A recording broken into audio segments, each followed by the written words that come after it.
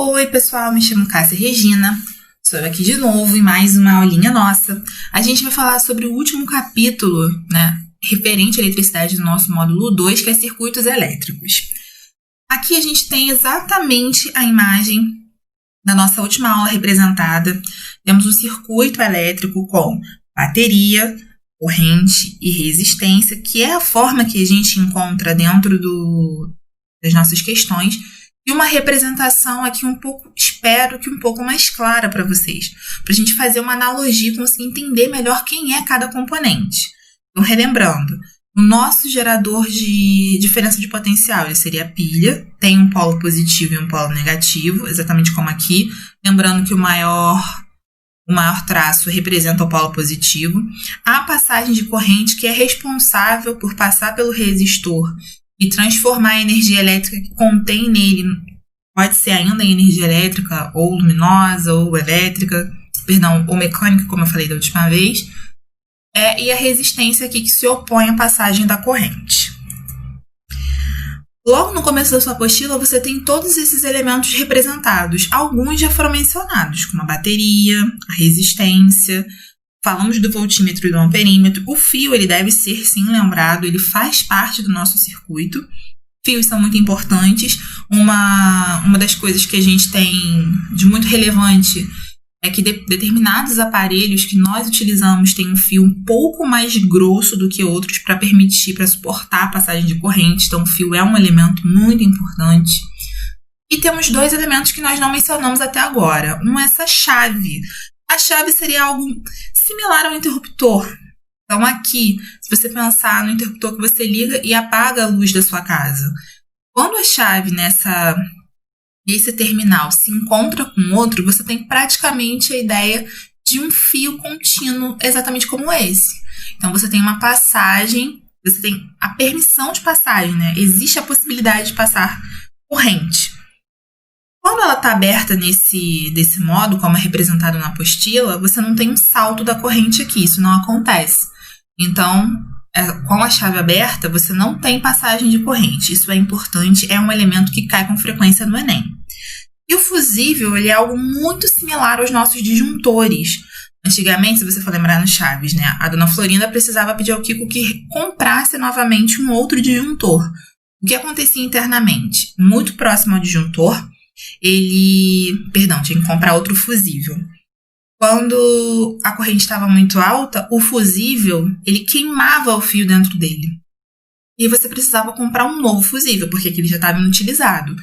O disjuntor, ele permite que você simplesmente desarme e arme novamente o disjuntor. Não tem nenhum descarte daquele aparelho imediato. Ele tem uma vida útil muito maior que o fusível. Então, ele é um aparelho muito mais desenvolvido. E aqui, uma coisa importante é como a gente aplica esses três elementos que frequentemente caem no Enem. O voltímetro, ele nunca está no meio, ele abraça o que você quiser medir. Então, nesse momento, ele quer medir esses dois resistores, a gente vai falar sobre eles. Então, ele faz esse abraço entre os pontos que ele quer medir. Já o amperímetro, quando ele é posicionado, ele é dessa forma. Você corta o fio, coloca ele, e isso permite que a corrente passe através dele, tá?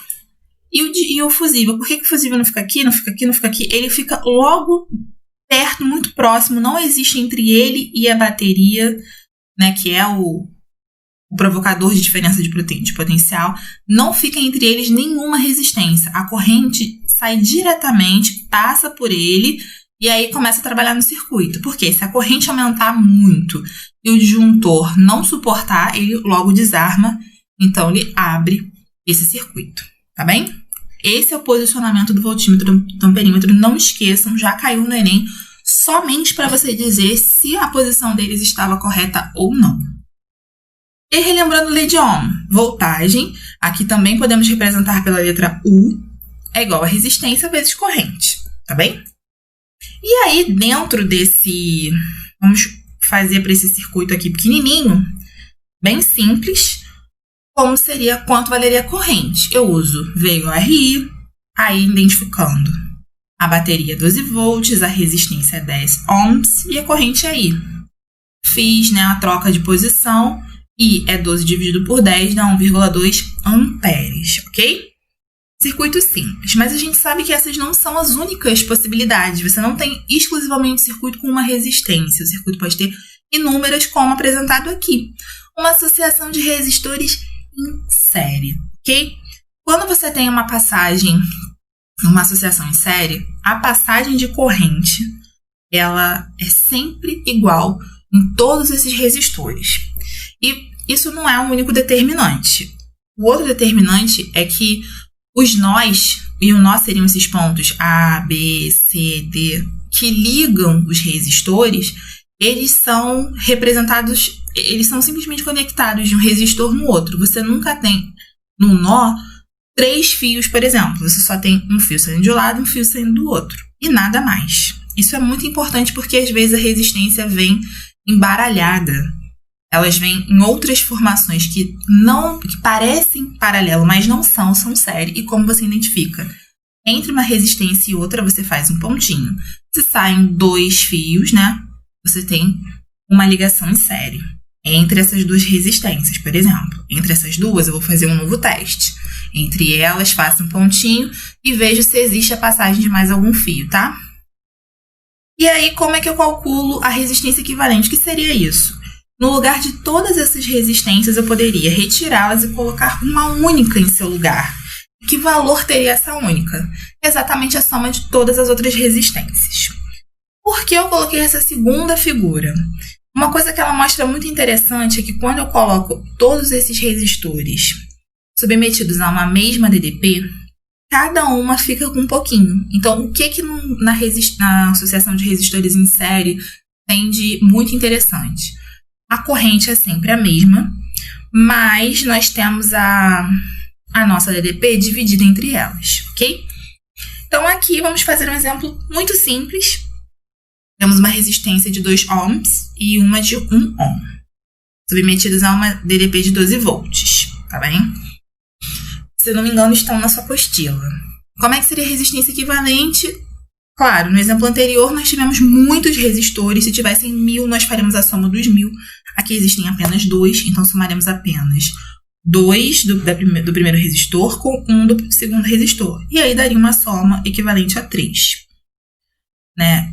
Usaríamos a lei de Ohm, 12 igual a 3 vezes I, e seria 4 amperes. Isso seria a corrente total. E essa mesma corrente está passando pelo 2 ohms e pelo 1 ohm. Então, aqui passam 4 amperes, aqui passam 4 amperes. Mas quanto que cada um deles, né, tem do todo? Quanto que cada um toma dessa DDP, dessa bateria? Quem usa mais, quem usa menos? A gente vai pensar no seguinte, vou olhar só para um resistor, só para os 2 ohms. Então, vou chamar a DDP dele de U1, que vai ser a resistência dele vezes a corrente que passa por ele, que é 4 amperes. E ele vale 2. Então, 2 vezes 4 dá 8. Ok? Para o 2, eu vou repetir o processo, mas a resistência vale 1. A corrente ainda 4 dá 4 amperes. Então, a soma deles dá exatamente, né, 8 com 4, os 12 volts totais que nós tínhamos. Então, tudo casa muito bonitinho nas associações de resistores, tá bem? Isso é comum. Se eu coloco um voltímetro aqui, só no verdinho, quanto vale a medição do voltímetro? Vale 8 volts, porque não me interessa o que está acontecendo nesse cara de 1 ohm. Não é relevante para mim. Mas, inicialmente, foi necessário para eu calcular a corrente total. E aí, aplicar somente a ele. Existem outras formas de calcular, claro, que são diferentes. Não achei pertinente colocá-las aqui. Resistores em paralelo. Uma coisa muito comum que você tem neles é um nó, onde você tem muitas saídas de fios. Perceba que aqui você tem mais de 2 fios saindo de um mesmo nó, ok? Então, a ligação desse resistor R1 com R2 faz a passagem por um nó. Eles se conectam num nó que passam mais de 2 fios, então eles não estão em série. E exatamente nesse nó você tem a divisão da corrente. Aqui uma coisa muito interessante acontece. Entre esses 2 terminais, se você colocar uma DDP, como é esse exemplo, você vai ter para cada um desses resistores exatamente o mesmo valor, tá? As correntes, nesse caso, são as correntes que se dividem e a diferença de potencial permanece a mesma. Como é o cálculo? 1 sobre Ré, que é igual a 1 sobre R1, mais 1 sobre R2, mais 1 sobre R3, infinitamente quantas resistências existirem. O que a gente muito usa é produto pela soma, que é quando você usa apenas para 2 resistências. E é o nosso caso aqui para cálculo. Tá? Fiz com uma resistência de 4 ohms, outra de 6, deu 2,4 ohms com uma resistência equivalente e a corrente passa a ser 5 amperes, segundo essa aplicação de lei de Ohm aqui que a gente fez. Tá?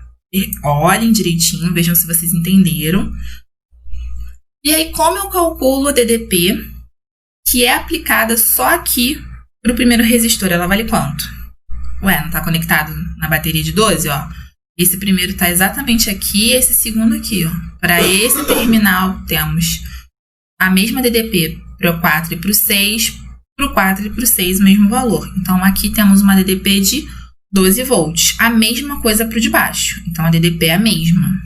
O que mudam são as resistências e, consequentemente, as correntes. Então, teremos I1 e I2. Aplicando I1 a 3 amperes e 2 a 2. E dá exatamente o valor que nós tínhamos antes. Então, o que acontece? Entram 5 amperes, se divide em 3 e em 2, tá? E um caso que você conhece, né, seria o dos circuitos residenciais. O que a gente precisa?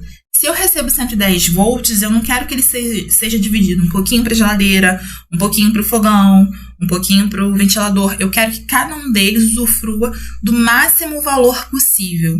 Então, isso é atingido quando você tem todo mundo em paralelo. Então, aqui, ó, eu tenho a lâmpada usufruindo de 110 volts. Eu tenho chuveiro usufruindo de 110 volts. Eu tenho geladeira usufruindo de 110 volts. E aqui exatamente o nosso amigo fusível ou disjuntor. E aí, nesse cara aqui, o que eu tô tentando mostrar para vocês? É comum que a gente tenha essa caixa com muitos diferentes disjuntores. Quanto mais disjuntores, claro, não um valor muito excessivo, uma quantidade excessiva, mas é bom que você tenha, para os circuitos serem independentes. Então, você tem o circuito da cozinha, que é um circuito muito importante, muito sensível, porque a gente tem muitos aparelhos caros, muitos aparelhos de altíssima voltagem ali presentes, tá? Então, os circuitos residenciais comumente se formam, se organizam em associação de resistores em paralelo, ok? Novamente, a representação dos circuitos, para vocês observarem que o fusível, de novo, tem uma utilidade e isso representa muito. É uma outra forma de você representar isso aqui. Então, aqui poderíamos ter o chuveiro e aqui poderíamos ter a geladeira. Sim, poderia ser assim ou poderia ser assim, tá? Resolvendo um circuito, uma associação mista. A mista, ela tem paralelo, ela tem série. E aqui, isso já é importante para vocês para perceberem o seguinte. Se eu começo a resolver série, eu vou resolver ela com quem? Não tenho com quem resolver. Eu preciso reduzir essas duas resistências a uma e aí poder fazer uma soma em série. Entender qual é o primeiro passo é muito importante a associação de resistores, tá? Não é comum que caia algo tão elaborado assim no Enem, mas vai que. Fazemos primeiro o paralelo, e aí eu fiz produto pela soma, achei um ohm, e a gente cai exatamente no exemplo que estava lá em cima. Isso nós já resolvemos, já sabemos como fazer, tá bem? E o que a gente tem? Uma entrada de 4 ohms, que se dividiu em 2 e 2 amperes, 4 amperes, que se dividiu em 2 em 2, justamente porque nós temos duas resistências idênticas, concorda? Os mesmos valores. Então, obviamente, a nossa corrente vai se dividir irmãmente. Isso não acontece quando elas são diferentes, tá bem? Potência. Uma das formas de representar a potência é a energia sobre tempo, que a gente vai ver aqui na frente, ou para os circuitos elétricos é PIL, corrente vezes DDP. Se você usar a lei de Ohm aqui, nessa potência, nessa fórmula, você obtém essas outras duas derivações. E uma coisa importante, a nossa unidade continua watts, tá? Isso não vai mudar. E aí eu queria lembrar vocês dessas lâmpadas, falamos dela, incandescente e fluorescente. e elas têm diferentes potências, 40 ohms e 40 ohms. Elas, embora elas apresentem aqui diferenças de dPs, elas têm luminosidades completamente diferentes. Então, quanto menor a gente usar a potência para uma lâmpada fluorescente, ela ainda vai ter ótima luminosidade, ok? E menor consumo. E esse selo do Inmetro, ele é um selo muito comum nos nossos aparelhos, acho que é eletroeletrônicos que fala. Os aparelhos grandes, como a geladeira. Aqui, na minha geladeira, a gente tem com a classe de potência A. Então, é uma geladeira muito econômica, nós precisávamos disso. E nós temos diferentes classificações. Hoje em dia, é muito incomum que eu veja aparelhos com esse F e esse G. Mas, realmente, eu uso aparelhos que são de baixo consumo, né? Então, esse aqui, por exemplo, que é um aquecedor, ele já tem consumo D, amarelinho, 5.700 watts. Ele consome muita energia. Então, provavelmente, a conta de luz dessa pessoa ela é muito alta. Aqui eu botei o consumo da minha própria casa, né? A conta de luz veio para o meu nome em outubro.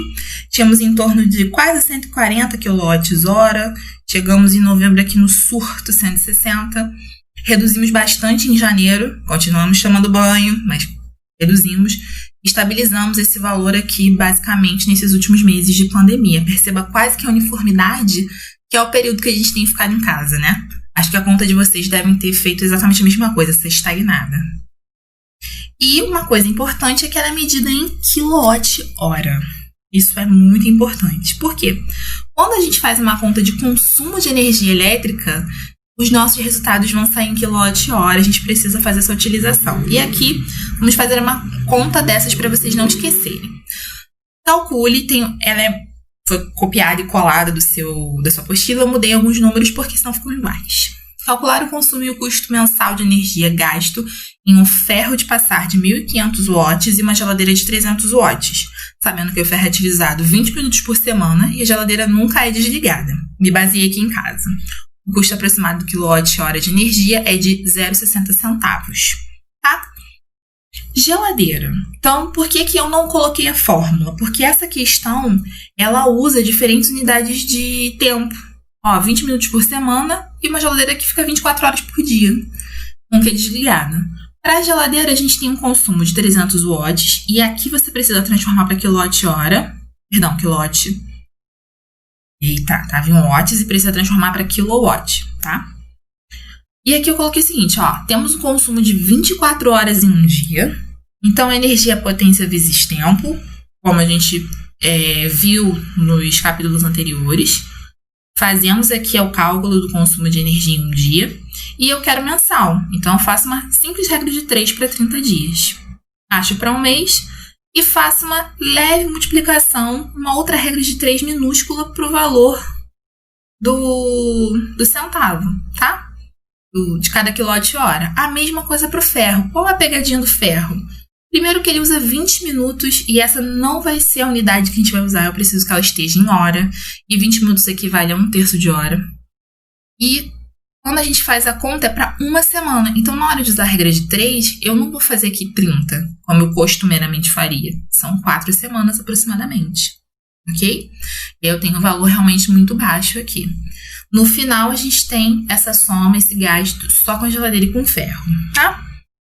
Bem, eu espero que estejam todos bem, fiquem em casa e se cuidem. Beijo.